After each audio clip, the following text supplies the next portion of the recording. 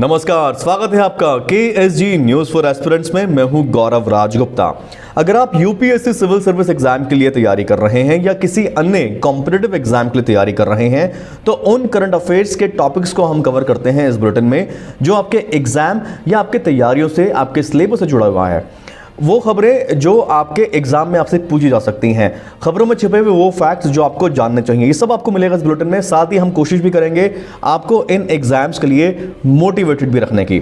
KSG news for aspirants में सबसे पहले बार सुपरसोनिक ब्रह्मोस मिसाइल के लैंड अटैक वर्जन के सफल टेस्टिंग के बारे में। ब्रह्मोस सुपरसोनिक क्रूज मिसाइल को 24 नवंबर सुबह 10 बजे अंडमान और निकोबार द्वीप समूह में कार निकोबार के एक द्वीप से दूसरे द्वीप को टारगेट बनाकर दागा गया और उसने सफलतापूर्वक अपने लक्ष्य को तबाह कर दिया। लद्दाख में चीन के साथ जारी तनातनी के बीच सेना ब्रह्मोस क्रूज मिसाइल के कई टेस्ट कर रही है ताकि इसकी मारक क्षमताओं को और प्रभावी किया जा सके। इसी कड़ी में 24 नवंबर को थल सेना ने ब्रह्मोस का परीक्षण किया। थल सेना के बाद फिर वायुसेना और नौसेना ब्रह्मोस सुपरसोनिक क्रूज मिसाइल का परीक्षण करने जा रही है। आइए जानते हैं क्या है ब्रह्मोस मिसाइल की खासियत। मिसाइल पर रूस और भारत के रक्षा संस्थानों ने मिलकर काम किया है। ब्रह्मोस में ब्रह्म का मतलब है ब्रह्मपुत्र और मोस का मतलब मास्कवा, यानी दोनों देशों की एक एक नदी के नाम से मिलाकर इस मिसाइल का नाम रखा गया है। ब्रह्मोस 4300 किलोमीटर प्रति घंटा की रफ्तार से उड़ सकती है। इसकी स्पीड आवाज की रफ्तार से लगभग 3 गुना ज्यादा है। इसे जमीन से, पानी के जहाज से, पनडुब्बी से या फिर विमान से भी फायर किया जा सकता है। मिसाइल की रेंज 290 से बढ़ाकर 450 किलोमीटर की गई है। इसके अलावा एक और वर्जन पर टेस्ट हो रहा है जो 800 किलोमीटर के रेंज में टारगेट को हिट कर सकता है। KSG न्यूज फॉर एस्पिरेंट्स में अब रुक करते हैं अगली खबर का।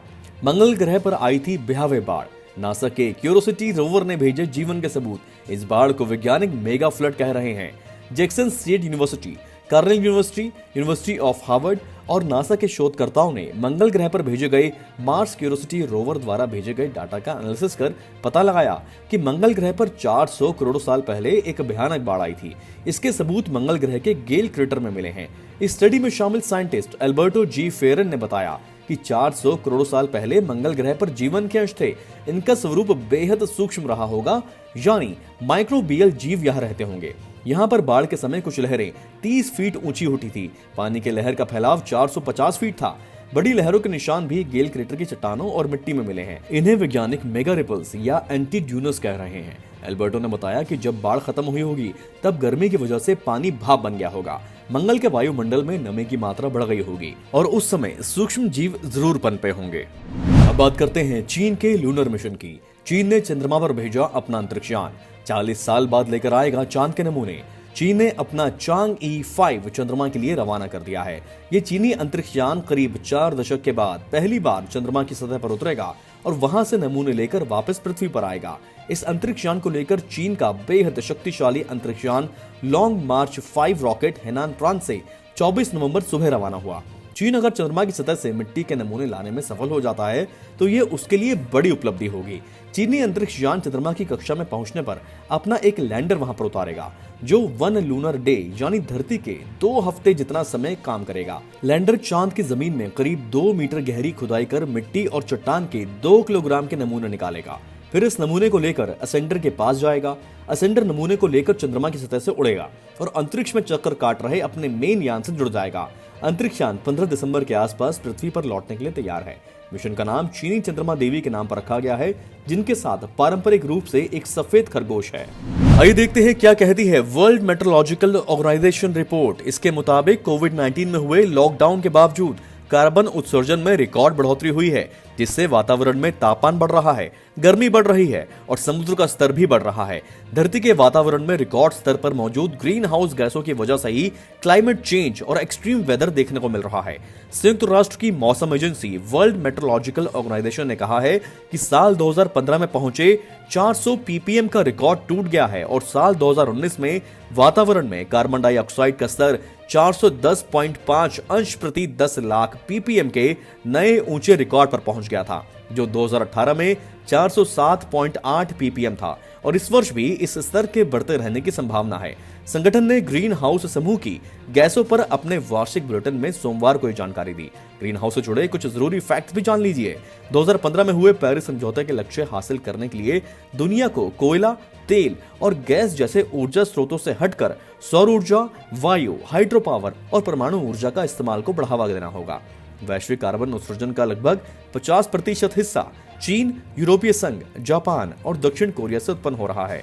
पिछली बार पृथ्वी ने CO2 की ऐसी मात्रा 3 से 5 मिलियन साल पहले अनुभव की थी। चलिए बात करते हैं वातायन अवार्ड की। केंद्रीय शिक्षा मंत्री रमेश पोखरियाल निशंक को ब्रिटेन का Vatayan life time achievement award दिया गया है। पोखरियाल को वर्चुअल सेरेमनी के जरिए वातायन अवार्ड भारत में साहित्य के क्षेत्र में उनके योगदान के लिए दिया गया है। इस पुरस्कार की स्थापना प्रसिद्ध भाषा वैज्ञानिक डॉक्टर सत्येंद्र प्रसाद ने महान कवि विलियम ब्लैक के जन्मदिन के उपलक्ष्य में की थी। वातायन UK संस्था द्वारा यह अंतर्राष्ट्रीय शिखर सम्मान प्रदान किया जाता है। पूर्व में वातायन पुरस्कार में प्रसून जोशी, जावेद अख्तर, निदा फाजली, राजेश रेड्डी, कुंवर बेचैन, अनिल जोशी को भी मिल चुका है। अब बात करते हैं उमंग ऐप के इंटरनेशनल वर्जन की। विदेश जाने वाले भारतीयों के लिए अच्छी खबर है। उमंग ऐप हुआ इंटरनेशनल, जाने इसके फायदे। America, Britain, Canada, Australia, UAE, Netherlands, Singapore, New Zealand समेत कुछ चुनिंदा देशों के लिए सोमवार को उमंग ऐप का अंतर्राष्ट्रीय संस्करण लॉन्च किया गया। उमंग ऐप की तीसरी वर्षगांठ पर सूचना एवं तकनीक मंत्री रविशंकर प्रसाद ने ऐप का इंटरनेशनल वर्जन लॉन्च करते हुए बताया कि इसमें अंतर्राष्ट्रीय छात्रों, NRI, विदेश में भारतीय पर्यटकों को किसी भी समय सरकारी मदद मुहैया कराई जा सकती है। उमंग ऐप का पूरा नाम unified mobile application for new age governance app है। यह अकेला ऐसा प्लेटफॉर्म है जो पैन इंडिया की ई-गवर्नेंस से जुड़ी सभी सुविधाओं को एक ही जगह उपलब्ध करवाता है। इसके जरिए केंद्र सरकार से लेकर स्थानीय निकाय से मिलने वाली हर एक सुविधा या सेवा को इस ऐप की मदद से हासिल किया जा सकता है। उमंग ऐप दुनिया को भारत की संस्कृति से भी परिचित कराने में सहायक होगा, जिससे पर्यटन में भी फायदा मिलेगा। उमंग ऐप के इंटरनेशनल वर्जन को इन चुनिंदा देशों के प्ले स्टोर पर जाकर डाउनलोड किया जा सकता है। अब बात करते हैं साइक्लोन निवार की। तमिलनाडु चक्रवात निवार का सामना करने के लिए आकस्मिक योजना तैयार कर रहा है। मौसम विभाग ने कहा है कि निवार बुधवार को लैंडफॉल कर सकता है। मई में सुपर साइक्लोन अम्फान के बाद बंगाल की खाड़ी में ये दूसरा गंभीर चक्रवात है। इसके मध्य तमिलनाडु तट पर आने की संभावना है। अगले 3 दिनों में अत्यधिक भारी बारिश, 120 किलोमीटर प्रति घंटे की रफ्तार से तेज हवाएं और गंभीर समुद्री परिस्थिति देखने को मिलेगी। 2018 में चक्रवात गाजा के बाद पिछले 2 वर्षों में तमिलनाडु को पार करने वाला यह दूसरा चक्रवात है। सम संख्या वाले वर्षों में तूफानों के नाम महिलाओं के नाम पर और विषम संख्या वाले वर्षों में यह पुरुषों के नाम पर होता है। 2004 से हिंद महासागर में आने वाले तूफानों के नाम बांग्लादेश, भारत, मालदीव, म्यांमार, ओमान, पाकिस्तान, श्रीलंका और थाईलैंड मिलकर रखते हैं। हर तूफान का नाम इसी क्रम से एक देश रखता है। बढ़ते हैं अगली खबर की तरफ। अब आयुर्वेदिक डॉक्टर भी करेंगे सर्जरी। केंद्र सरकार ने गांवों तक सर्जरी की सुविधा पहुंचाने के नजरिए से ट्रेंड आयुर्वेदिक डॉक्टरों को सर्जरी करने की गाइडलाइन जारी कर दी है। आयुर्वेद छात्रों को अब तक सर्जरी के बारे में पढ़ाया तो जाता था, लेकिन वो सर्जरी करें इस बारे में कोई स्पष्ट गाइडलाइन नहीं थी। अब सरकार ने नोटिफाई कर दिया है कि आयुर्वेद के डॉक्टर आंख, नाक, कान, गले यानी ENT के साथ ही जनरल सर्जरी भी कर सकेंगे। Central council of Indian medicine के मुताबिक सरकार से हरी झंडी मिलने के बाद आयुर्वेद में PG के स्टूडेंट्स को सर्जरी के बारे में गहन जानकारी दी जाएगी। यह कुल 58 सर्जिकल प्रक्रियाओं को स्पेसिफाई करता है। शल्य और शलाके आयुर्वेद महाविद्यालयों में स्वतंत्र विभाग हैं जो इस तरह की सर्जिकल प्रक्रियाएं करते हैं। अब बात करते हैं जगमगाने वाले मशरूम के बारे में। मेघालय में मिला हरे रंग की रोशनी से जगमगाने वाला मशरूम। ऐसे चमकदार मशरूम को आम भाषा में बायोल्यूमिनेसेंट भी कहते हैं। मेघालय में खास तरह के मशरूम की प्रजाति मिली है। ये हरे रंग की चमकदार रोशनी से जगमग नजर आ रहे हैं। हरे रंग की रोशनी बिखेरने वाले मशरूम को पहली बार मेघालय के पूर्वी खासी हिल्स जिले में एक झरने के पास देखा गया था। इसके बाद यह पश्चिमी जयंतिया हिल्स जिले में भी मिला। इसे आम भाषा में बायोल्यूमिनेसेंट कहते हैं। एक्सपर्ट के मुताबिक दुनिया भर में अब तक ऐसे चमकने वाले बायोल्यूमिनेसेंट मशरूम की 97 प्रजातियां मौजूद हैं। मशरूम की इस प्रजाति का नाम रोरिडोमाइसिस फिलेस्टाचीट्स है। नॉर्थ ईस्ट में मशरूम से जुड़ा एक प्रोजेक्ट चलाया जा रहा है। इस दौरान मशरूम की 600 अन्य प्रजातियां भी सामने आई हैं। अगली खबर पाकिस्तान से है। पाकिस्तान के स्वात जिले के एक पहाड़ पर 1300 साल पुराना हिंदू मंदिर मिला है। उत्तर पश्चिमी पाकिस्तान के स्वात जिले के एक पहाड़ में पाकिस्तानी और इटली के पुरातात्विक विशेषज्ञों ने 1300 साल पुराने एक हिंदू मंदिर को खोज निकाला है। बारीकोट खुंडई में खुदाई के दौरान इस मंदिर का पता लगा। खैबर पख्तूनख्वा के पुरातत्व विभाग के फजले खलीक ने गुरुवार को इसकी घोषणा करते हुए कहा कि ये मंदिर भगवान विष्णु का है। इस मंदिर में मीनारे और छावनी भी हैं।